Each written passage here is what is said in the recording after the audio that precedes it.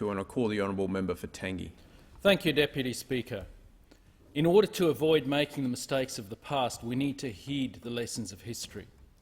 There is some discussion of the lessons to be learned from Iraq and Afghanistan, but in essence they are the wrong lessons, and we need to go back further.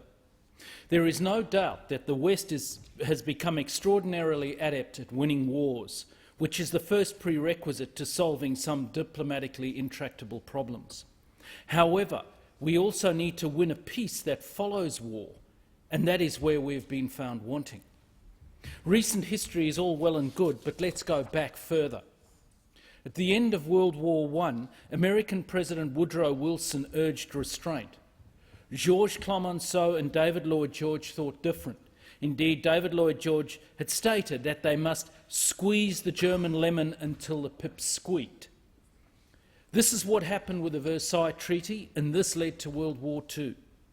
Following that conflict, the US prevailed with a more enlightened strategy, one where martial aid was provided and most of the personnel and structures were allowed to remain in place.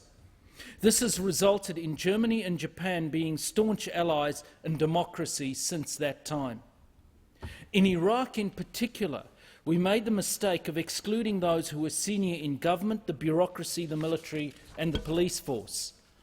This bred a group of implacable foes, many of whom latterly became part of ISIS and indeed constitute much of their leadership.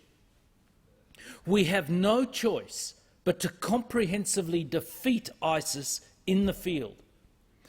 They have to know that they have been militarily defeated. We must allow no pretense that they have been anything other than defeated. To that end, far more has to be done than simply plinking a few targets a day from the air, as the West has been doing. There has been a significant lack of political and strategic leadership from the West, and particularly from the US. This has allowed the complication of Russia stepping into the vacuum that vacuous US policy has left. There can and must be no negotiation with ISIS until they are comprehensively militarily defeated.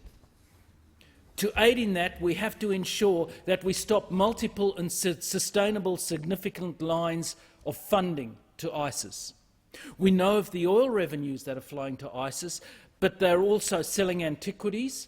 They're getting ransoms from Western governments, donations from mosques and other organisations. They're imposing heavy taxes. They're also raiding banks when they take territory, etc. This revenue is allowing ISIS to not only continue their military and terrorist activity, but to put structures in place that allow them to pretend that they're a state actor, structures such as healthcare, welfare, etc. This evil growing in Iraq and Syria is facilitated by failed states. In that vacuum, this group have set about providing the offerings of state. As I said, welfare, employment, schools, safety and certainty.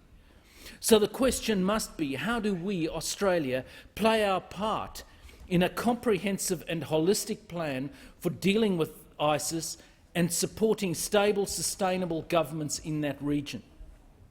Policymakers must note that, of course, it's no accident that democracy seems to shrivel under the Middle Eastern sun. Economists have long noted that the detrimental effects of the resources curse. Such effects are also in operation in Middle Africa. Political scientists have observed a minimum GDP development requirement required in order to sustain democracy. It also requires a functional bureaucracy and functioning middle class. What is true today is that politics is the art of the possible, and that no situation, however grave it may initially appear, is intractable or impossible. In future, free nations must re-evaluate how much heed we pay to the maxim that the enemy of my enemy is my friend. Arming rebels, picking winners and imposing values must be critically examined. I hope this will form part of the further debate on the situation in Iraq and Syria. And in conclusion, I have to say that it is unfortunate that the Deputy Leader didn't show any interest in national security matters when her government slashed defence spending to the lowest level since 1938.